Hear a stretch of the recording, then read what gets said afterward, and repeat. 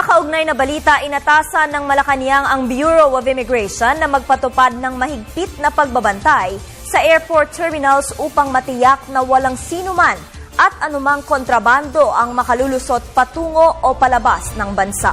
Para sa karagdagang detalye, muling magbabalik si Julius Disamburo.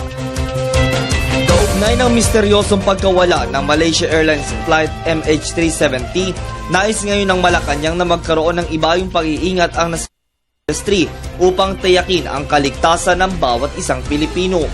Base sa mga lumabas na ulat, maaaring gumamit ng mga peking European passport ang dalawang pasahero ng Malaysia Airlines. Ito ang nais iwasan ng pamahalaan na mangyari sa flight na manggagaling sa Pilipinas. Sa ginanap na pulong pambalitaan sa palasyo, sinabi ni Presidential Spokesperson Secretary Edwin Lasierda na dahilan ang nangyari sa Malaysian Airlines para muling suriin ang pinapairal na seguridad sa immigrations.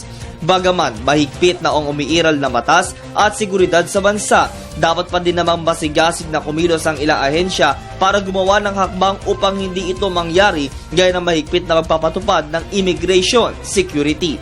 I think our security measures are very strict, but simply it gives us pause to look into again our security measures. I'm sure that the Bureau of Immigration will see this incident as a way of reviewing our procedures. Sa ngayon, kinilala na ang isa sa dalawang pasahero ng Malaysia Airlines na gumamit ng peking pasaporte. Ayon sa Malaysian Police, natukoy nila ang mga ito sa pamamagitan ng video surveillance sa mismong paliparan, pero hindi muna nila pangangalanan.